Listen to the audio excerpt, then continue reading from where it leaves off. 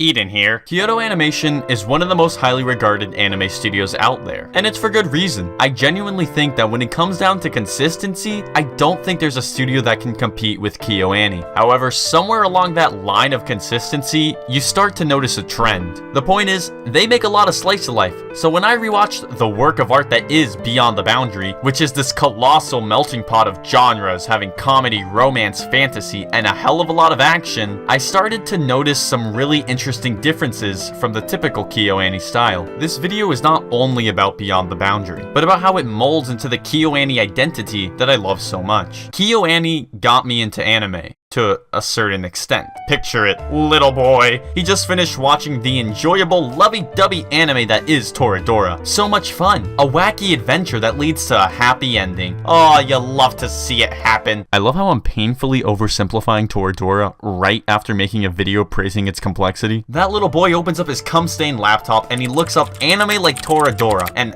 some disgusting, vile, slimy creature on the internet said, "Hey, why don't you watch this little anime called Clannad?" Nagisa, please save your shield.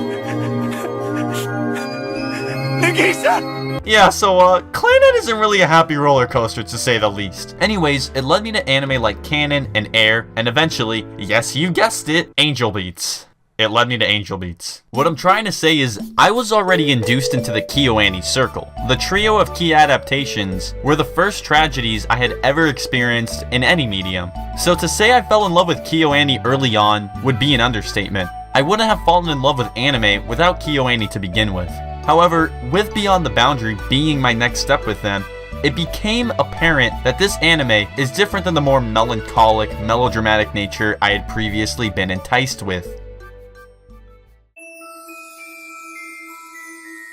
Beyond the Boundary is a beautiful story about the Kuriyama Mirai and Akihito Kamura. They're similar in respects to both having issues they face due to supernatural backgrounds, Kuriyama coming from a cursed bloodline and Akihito being a half-human, half-yomu. For the two of them, it's a fight for survival in a world that seems so cruel it would stoop to the very lowest level to stop them from being together. It sounds like the setup to a really melodramatic story, but the characters have just the right level of goofiness to them, where it still makes the story feel like a comedy, but it doesn't lose its dramatic edge. It has quite a bit of action, definitely more than what you would get with the typical KyoAni adaptation, and I definitely think it is top tier stuff, but I would be lying to you guys if I said it was perfect.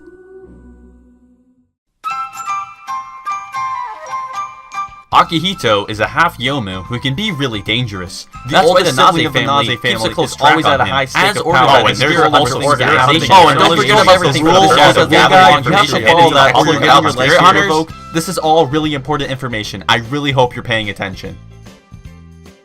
Why are you telling me this all at once? I don't want to see the reflection in their coffee. I don't want to see the detail in their pancakes. Exposition is important, and sure, it can be a mouthful in a fantasy anime like this one. But for the love of God, this is not how you explain a world's features. Oh, Eden, are you saying that your attention span is so short, you need something interesting on the screen at all times? Yes, that is exactly what I'm saying. Cafe exposition scenes are boring. Don't tell the rules of the world flat out. Let me learn them in a unique way. This is Fantasy 101. Why are you struggling? Hey, Eden, buddy. You gotta chill out, man. You gotta chill out. Breathe in, breathe out.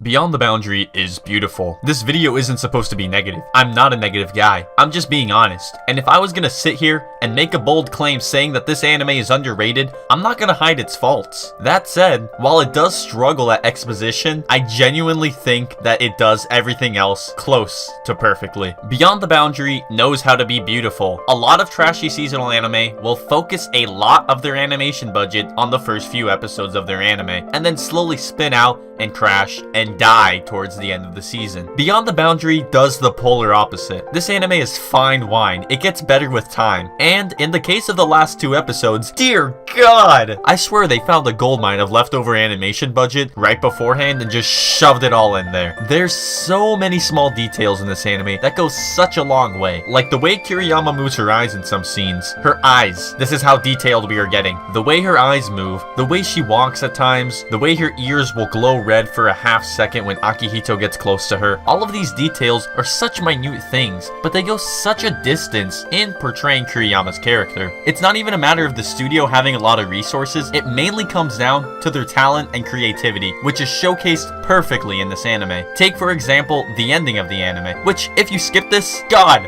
what is wrong with you? It's not heavy on visual resources, but it's creative and thematically potent. The way Kiriyama stands there, reaching out her arm, almost waiting for someone to come to her with such a sorrowful expression on her face, it's fantastic. Not to mention the symbolism of everyone walking around her. She isn't walking herself, showing that while she is surrounded by people, she is still alone. This tied in with the events revealed in episode 10 that she has it just all fits in so well. And then the white bird, symbolizing freedom, flying towards Akihito himself, ties in directly with the ending of the anime itself and the pursuit of freedom from the supernatural setbacks. I might be getting a little carried away, but I think you understand I like this anime just a little bit. And typically, I'm really not a sucker for symbolism, but in the case of Beyond the Boundary, it never really feels forced. Everything just kind of clicks right into place, and I love it.